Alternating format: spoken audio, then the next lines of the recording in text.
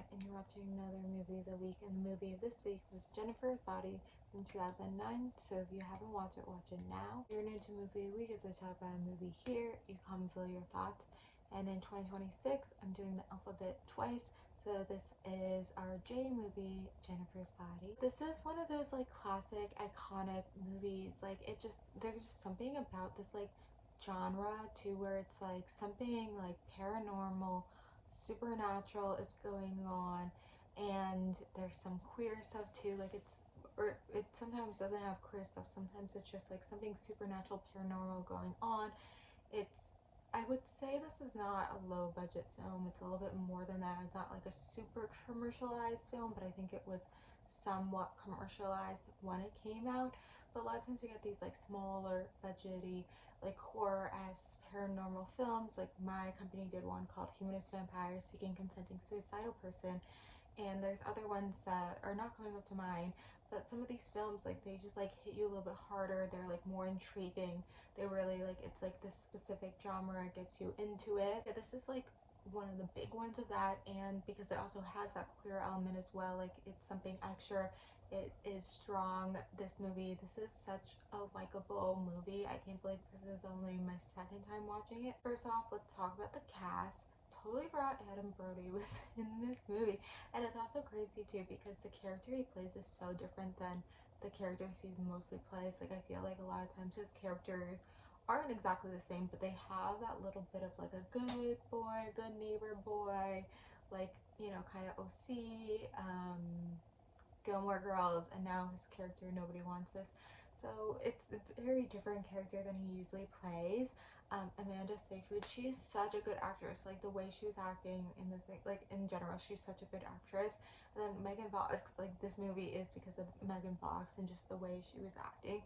And so yeah, like these movies where it's like a lot of times sometimes are about high schoolers as well. And yeah, this paranormal thing happens, and then she's like kind of like eating man, so a little bit of cannibalism as well, but it's just done so well. It's acted so well. There's some tension because Amanda's character is like in love with her. So there's like the queer element as well. You know, that scene of them making out.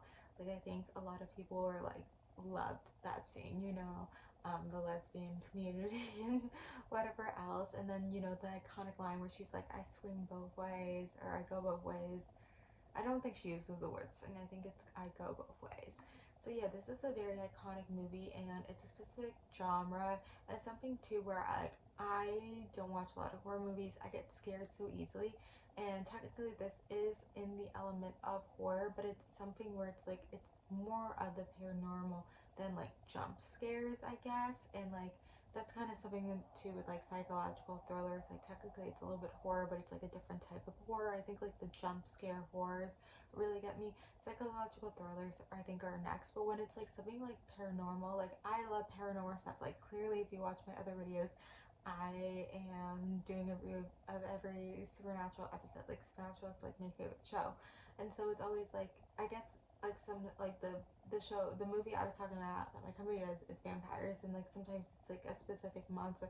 This one, it's not a specific monster. She just kind of becomes this thing where she's like eating men, and it's something about like targeting men, but then it's also like this female character is like in love with her. So there's just like a lot of elements and nuances to it, and again I think it's such an enjoyable movie. I think you could watch this movie every year. It's a good girls night movie too, and it's not too scary. So this is just a beautifully well done film, and like it's not again like an Oscar winning film or whatever it means, but it was a well done film, and it is a good film, and I'm happy with it for movie of the week. And if it's a movie you've never seen before, I'm glad you've seen it. And that's kind of the legits of it, you know. I think you could English majors can dive into like the different elements a little bit more. We are not going to do that here, but you know, feel free to comment your thoughts about Jennifer's Body.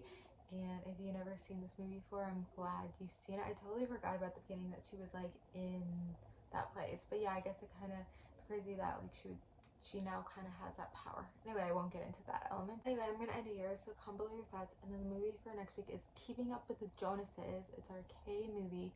So Keeping Up with the Jonases from 2016. Comment below your thoughts about Jennifer's Body, and watch Keeping Up with the Jonases for next week. Thank you guys for watching. Like, comment, subscribe, and bye.